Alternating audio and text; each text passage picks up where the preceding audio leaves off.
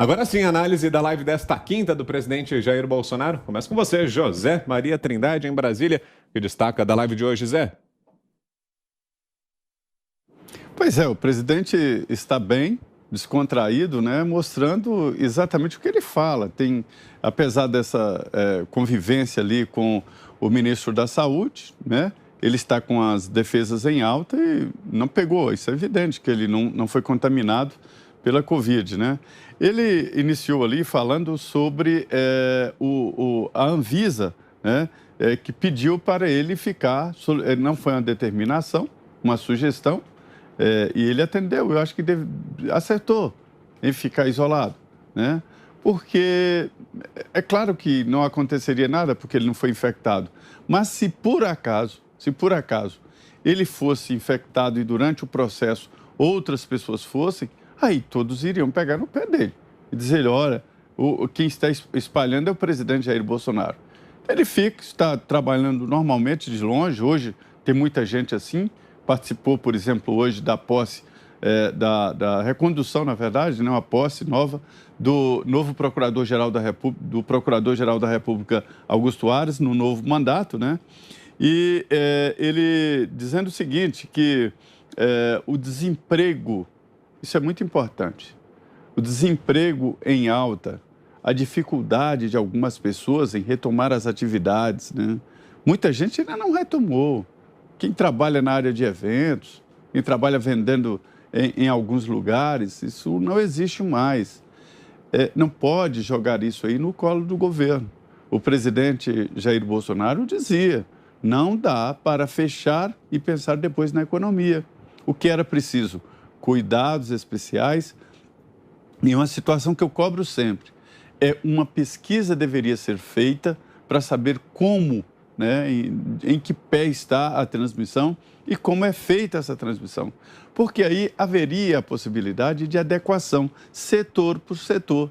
Os bancos funcionariam assim, a lanchonete funcionaria assim, e não há exatamente um mapeamento para definir como cada atividade deve funcionar. Aí fica essa confusão. Não me venha dizer que um restaurante é a mesma coisa de um cinema. O cinema é fechado, o restaurante é aberto, portas abertas, né? Então, há dificuldade. Ele falou uma coisa muito importante sobre o Lula, que reduziu as faixas. Isso é conhecido nos meios técnicos como o golpe da caneta. Então, eram 35 milhões de miseráveis no Brasil.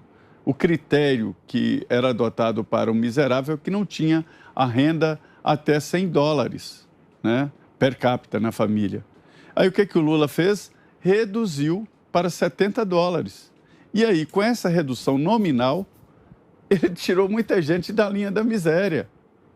Entendeu o macete? Quer dizer, só contabilidade. E isso realmente aconteceu e é chamado de golpe da caneta pelos técnicos do IPEA e do IBGE.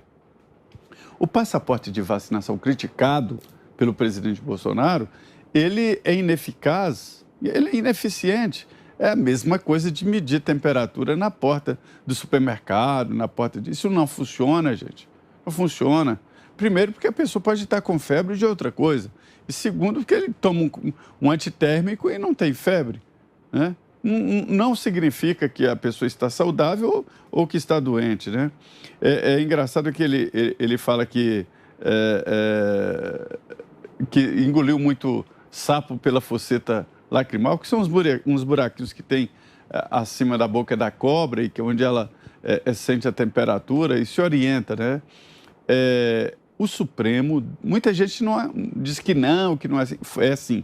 O Supremo definiu que o presidente Jair Bolsonaro tem o direito de decidir sobre a Covid, desde que seja no sentido dos governadores e prefeitos.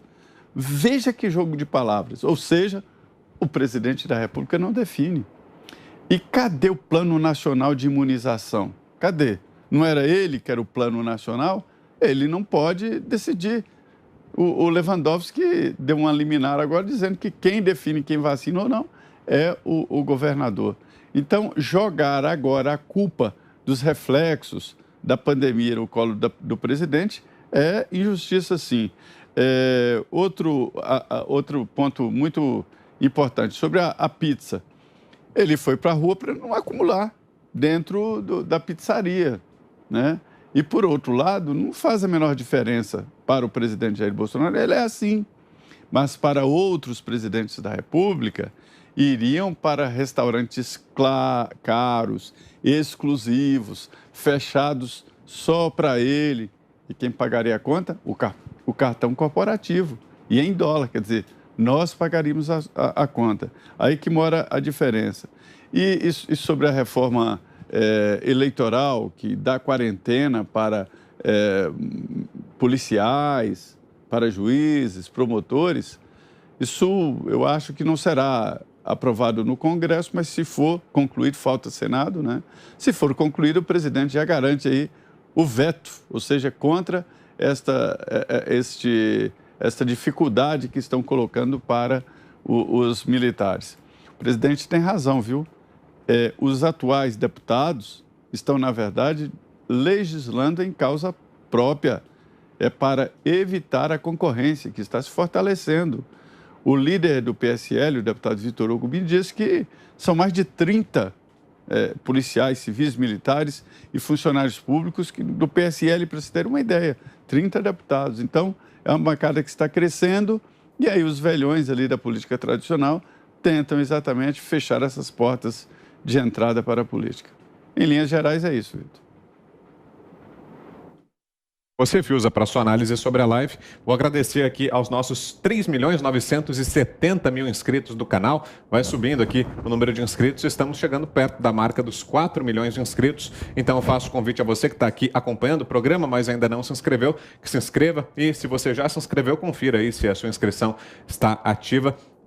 Daqui a pouquinho, já estamos chegando aí à marca dos 4 milhões, faltam menos de 30 mil inscritos para que a gente atinja essa marca.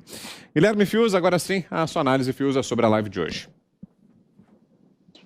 Pois é, Vitor, o presidente, ele comentou a pantomima do Guilherme Boulos, né, também. Fora esse painel completo que o Zé já fez, eu queria assinalar assim, esse detalhe que ele comentou a pantomima do Guilherme Boulos, a invasão da Bolsa de Valores contra o capitalismo. Eu já falei, isso é um revolucionário de boutique, né? Que agrada ali a Folha de São Paulo, é burguesada paulistana, né? Não é nem paulista. Mas ele falou sobre o tom da manifestação, suposta manifestação, que seria por emprego e tal. E aí associou essas almas penadas, tipo Boulos e vários outros aí, que ficaram o tempo inteiro defendendo um lockdown absurdo, que não foi política sanitária, não salvou ninguém, é uma medida grosseira, um slogan e que realmente é uma das razões para a queda da atividade econômica, né?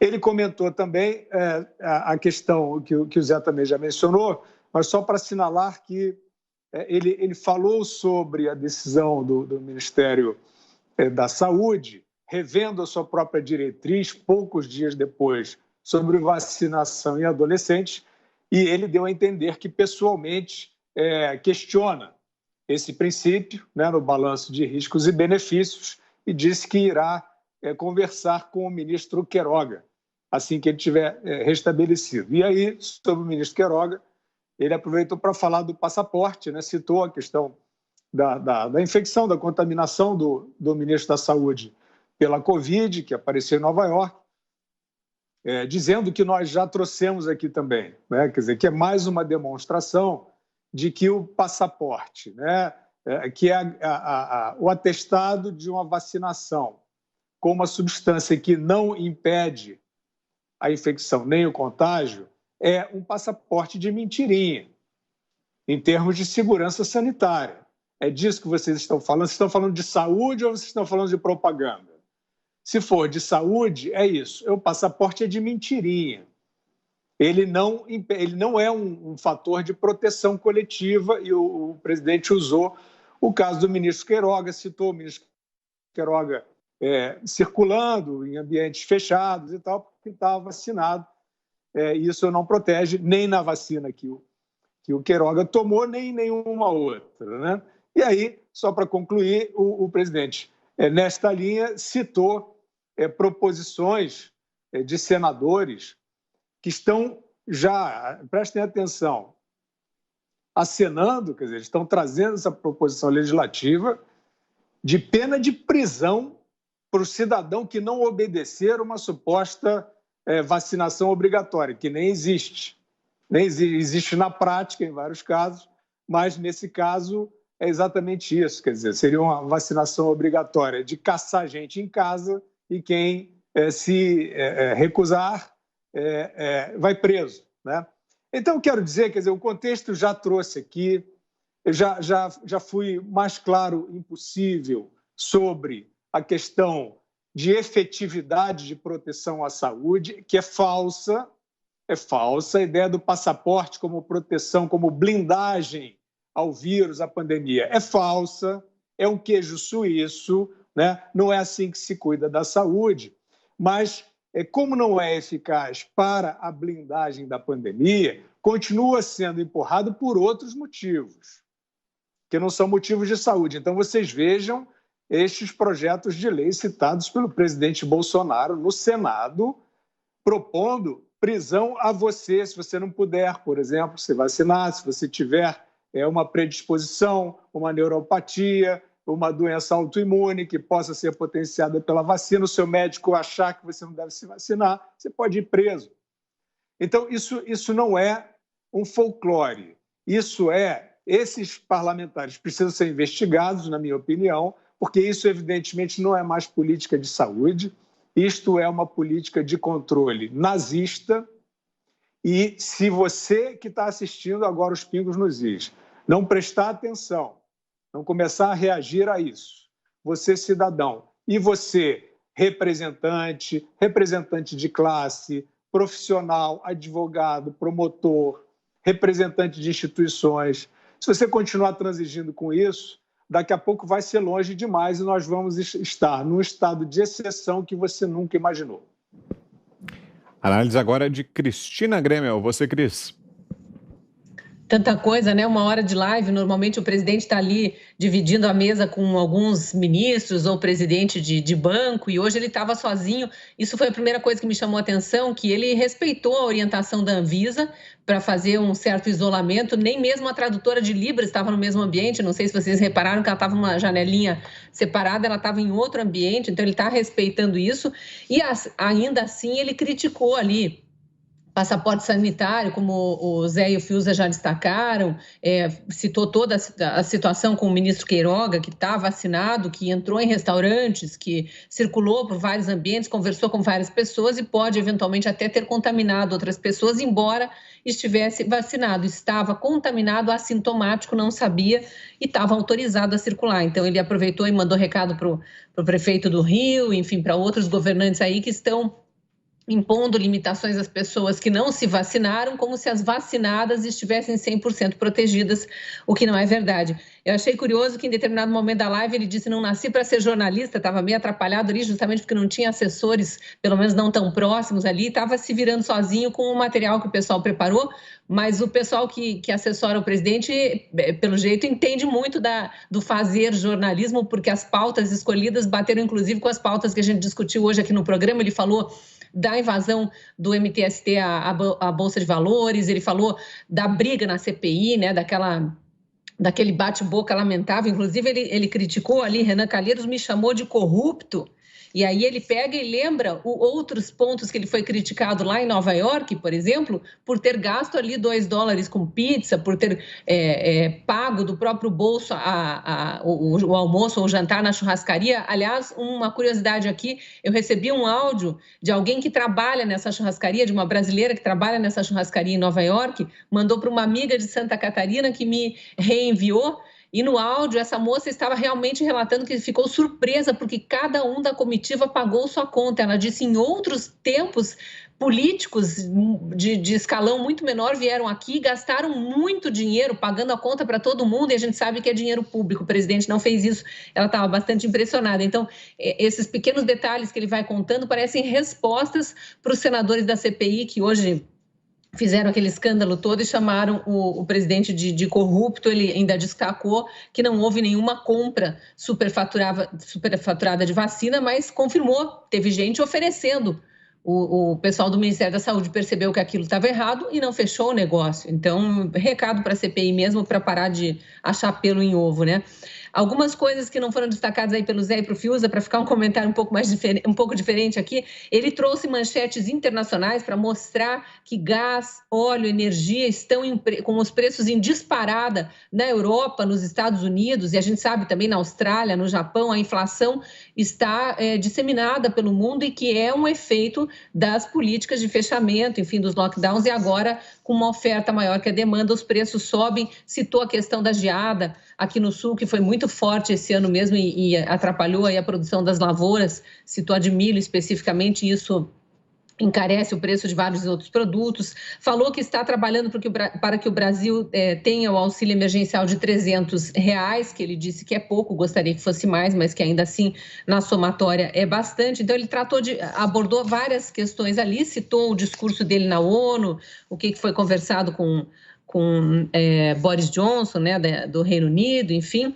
e eu achei muito importante mesmo isso, o Fiuza destacou, mas eu quero falar de novo, que ele esclareceu aquele truque de metodologia que foi feito no governo Lula para fingir que uma parcela grande da população tinha saído da pobreza, porque isso é uma coisa que muitos brasileiros até hoje não sabem. Numa canetada, o ex-presidente Lula mudou a metodologia do IBGE para que o IBGE passasse a considerar classe média quem tivesse uma renda menor do que aqueles que antes eram considerados classe média. O que aconteceu? De uma hora para outra, numa canetada, deu um salto na classe média brasileira. Muita gente passou a ser considerada classe média. Isso não quer dizer que milhões saíram da pobreza. Isso quer dizer apenas uma mudança de metodologia, e o presidente comentou isso quando falou da questão do emprego, justamente criticando a invasão lá da Bolsa de Valores pela turma do Boulos, que ele lembrou, e esse dado é real, o Brasil terminou o primeiro ano de pandemia, 2020, com mais empregos formais do que em 2019. Essas coisas precisam ser ditas cada vez que um Boulos da vida invade com a sua turminha a Bolsa de Valores, dizendo queremos o fim da fome e do desemprego. Fome e desemprego que foram ocasionadas por quem adotou a política do fecha tudo, economia, a gente vê depois. Falou bastante de vacina, da questão da vacina dos adolescentes, não vou me alongar porque a gente já falou sobre isso no programa. Achei importante também ele mencionar a judicialização da política, quando ele fala ali da questão do IPI, né, da isenção de IPI para importação de armas. E por que eu achei importante? Porque ele explica o porquê que ele escolheu a redução desse imposto e não de outros impostos. Alguns impostos, quando o governo reduz, ele precisa compensar o dinheiro que ele deixa de arrecadar com esses impostos que ele está retirando, ele precisa compensar aumentando o imposto em algum outro produto. Então, é 6 por meia dúzia, para falar numa linguagem popular. E aqui não, porque ele diz que os impostos sobre importação ele não precisa compensar em nenhum outro setor da economia. Então, ele reduziu lá, mas não aumentou nenhum outro imposto. E, por outro lado, falou bastante de ICMS, né? Porque continua essa fake news de que os governadores não aumentaram o ICMS quando o governo federal reduziu impostos federais sobre combustíveis, e aumentaram sim. O presidente trouxe aí algumas manchetes para comprovar quem estava falando a verdade. A própria imprensa que publicou lá atrás que 18 governadores e mais o Distrito Federal tinham aumentado o ICMS dos combustíveis, ou a imprensa de agora que diz que o presidente está mentindo quando lembra disso. E aí, só para finalizar, ele pediu para lançar uma pesquisa, que é a mesma pesquisa que o Pingo está fazendo hoje, que é se a população acredita em pesquisas, debochando das últimas pesquisas que falam que o ex-presidente Lula ganharia se tivesse em eleições hoje, ganharia no primeiro turno, obviamente debochando, porque nenhum brasileiro acredita nisso, acho que nem mesmo os parcos eleitores do ex-presidente Lula. É isso. Para fecharmos, Augusto. Bom, eu não vou repetir o que eu já disse do programa, até porque estamos estourando aí quase 25 minutos aí o nosso tempo, né? Eu acho que o presidente falou bem tranquilo, gostou do que fez em Nova York, deixou claro que a imprensa registra a manifestação do 7 de Nova York, como lembrou o Fiuza, e quando aparece um número muito maior de pessoas saudando o presidente, aí a imprensa só diz que o presidente ameaçou de contaminação algumas pessoas que estavam ali para apoiá-lo. Tá? Reiterou essas posições todas aí que comentamos durante o programa e lembrou muito oportunamente que prefeitos e governadores desmentem o Supremo Tribunal Federal. O Supremo vive dizendo que não retirou atribuições que são do presidente da República. E o presidente da República deixou claro que, graças ao Supremo, prefeitos e governadores vivem fazendo o que o Supremo acha que o presidente deveria fazer. Não faz porque os outros, graças ao Supremo, estão combatendo chefiando o combate à epidemia e só transferem para o Bolsonaro a responsabilidade pelo número de mortos, o que é uma piada grosseira e de mau gosto. Agora,